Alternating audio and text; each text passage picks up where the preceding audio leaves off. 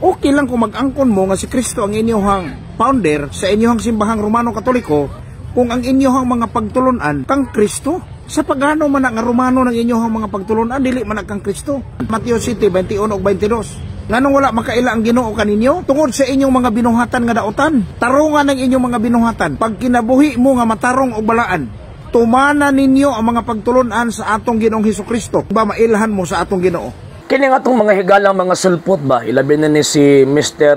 Umpok or si Pastoy or Doktoy Umpok. Paistorya ko, murag yun og korek. Magabuhi og tawag ining kalag. O niya, feeling kini nga connected sa ni Ginoong Jesucristo.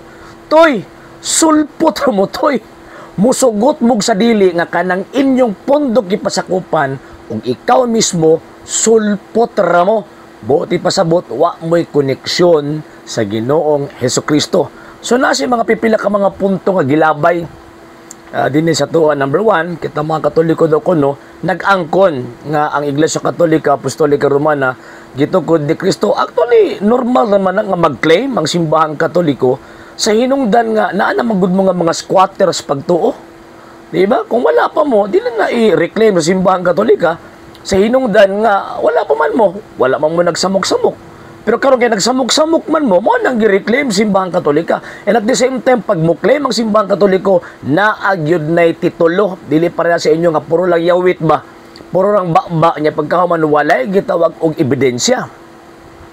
Number 2, sumala pa niya ang pagtulunan sa Iglesia Katolika Apostolika Romana pagano daw kuno pero hiringi bisag usa ka dokumento wa gigihatag ang sulpot nga tawag ining doktoy ngano man kay mugna lang siyang imagination ang simbahang Katolika nga yang doktrina pagano kay kung pagano pa ang pagtulunan sa Iglesia Katolika Apostolika Romana ayaw magtuwa ng Biblia ngano man kay ang Biblia produkto man sa simbahang Katoliko. Unya kung barugan gyud ninyo ang simbahang Katolika ang iyang pagtulunan iyas pagano, buti pasabot nag-adapt mog teaching ang kanang Biblia sinulat sa pulong sinulat nga pulong sa Dios, nag-adapt mog teaching sa mga pagano. Ngano man di ka na nag-declare na nga ang Biblia sinulat nga pulong sa Dios ang simbahang Katolika. Dili kamo. Dawat limpyo lang man mo. Ayahay na gani kay mo. Igo ninyo nang hulam na mo sa Biblia. Nya pagkahuman gikopyahan pa gid ninyo ang tawag aning Biblia. Nya karon inyo pang gamiton pang-atake simbahang Katoliko pagkawag yun ni mga pulos yun ni mga tawana. Number 3 point.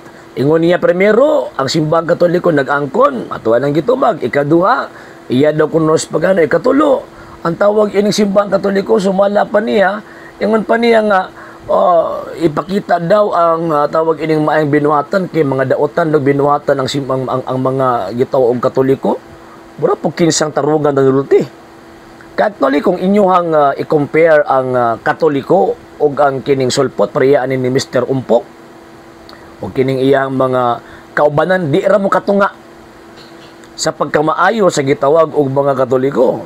Ngano man butang tug secular presentation. Tanawan ko mga Katoliko pag na mga bagyo, pag na ay tawag ini mga manginahanglan. Kisa may unang matabang Katoliko. Kamo, dapat limpyo raman mo.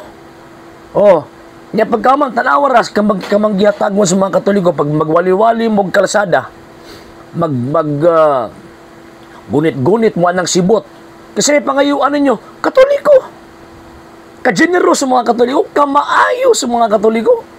O niya pagkaman, magwali-wali mo mga bus. Kasi may inyong pangayuan, Katoliko gyapon niya atakihon ninyo. Ino yung Katoliko daotan. Pagkayabaga yung mga tawa na. Pero, ang pagtulunan sa Santa Iglesia Katolika Apostolika Romana, wala nagamatter only sa maayong binuhatan. Kay ang maayong binuhatan, tarapo lamang ka na atubangan sa Diyos. Magpulos lang ang maayong binuhatan sumala sa tudlo sa Iglesia Katolika kung naghimo kag maayo nga naa ka sa estado sa grasya ni Kristo. Pag wala ka sa estado sa grasya ni Kristo kanang imuhang maayong buhat bisan pag ikaw ang pinaka buutan toy sa tibuok kalibutan toy way pulos ng imong pagkabuutan ngano man iwa man kay grasya. Imagination lang man lang inyo nga iya mo na Ginoong Jesucristo. Magpulos lang ang maayong binuhatan kung naa ka sa grasya ni Ginoong Hesus Kristo. So kung kamingon kag maayang binuhatan, di pa mo katunga sa ordinaryo lang nga tawag ini mga Katoliko, di pa mo katunga. Samot nag-i-compare mo sa mga santos. Ang mga santos, ang mga maayang binuhatan sa mga santos, pinakauna nakaapekto dito sa gitawag og mga tao nga nagkinabuhi sa ilang panahon kaniadto og sa tibuok sa syudad. Naiambag ba sa society ba? Kung sa tuwa pang termino sekular, mga heroes, mga tawag ining mga bayani sa pagtuo. Kamo, bisag usal lang ka buok bayani, wag siguro mo, pura mo angkon-angkon nga bayani mo. Lastly, gikot niya ang St. Matthew chapter 7 verse 21 to 22. Dili man kami naiguan na to eh. Kamo may naiguan na, kay kamo may nagwali-walis pulnos Ginoo. Nag-angkon-angkon mo nga iya mo sa Ginoo niya. Wa mo may connection niya. Mo nang ingon si Kristo ninyo, pahawa mo mga daotan kay wa ko makailan ninyo. Anong daotan man mo? Tungod kay inyo gikupitin siyaan ang Ginoong Jesucristo. Nagtukod sa iglesia, tukod po inyong sikta. Subot ipasabot, di mo kontento sa iglesia ang gitukod ni Kristo. Nakontento mo sa sektang inyuhang tawag ining gitukod. Oh, nagsunod din na sa balaod o kabubutan ni Ginoong Jesucristo. Yabag na yung kaya tawag anday pagkasabutan na to eh. Diba? So, para mailhan ka ni Ginoong Jesucristo to pagbuhat og maayo, balik sa simbahan Katoliko. Pero ayan na lang balik, diyan na lang ka. Nga naman kay, sa imo palang inistoryahan daan o sa inyo palang inistoryahan daan, gitagana naman mo kalayo sa impyerno. Kay lisod na mo pasabton. Lisod na mo padawaton sa kamaturan. Nga naman, tungod kay kanang inyong gitawag og pundok, sigurado gito. Sigurado yun ta na tawag ining iya yun na siyawa.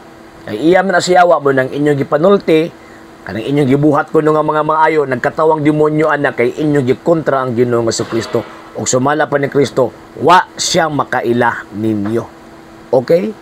Sa hindi pa po nakapag-follow sa mga pages po natin, i-follow nyo po yung mga pages po natin, RJ Horolanciano II TV Apolia Punto Argumento page, Kuya Apologies TV page, and RJ's Vlog 2022. And pwede rin po kayo mag-send po dyan ng Facebook stars. And also, sa ating po mga channels, sa hindi po nakapag-subscribe, i-subscribe po ninyo yung mga channels natin, Dalay Catholic, Apologies International Official, RJ Santo II TV, Kuya Apologies TV, and Barrio Kawayan Religious Forum. And pwede rin po kayo mag-send po dyan ng super sticker, super chats, and super thanks. And maraming salamat po sa mga kapatid at mga Katoliko na ulis pong tumutulong sa programa po natin. Maraming salamat po. Nang dahil po sa tulong at suporta po ninyo, ang programa po ito, until now, andito pa rin po sa social media.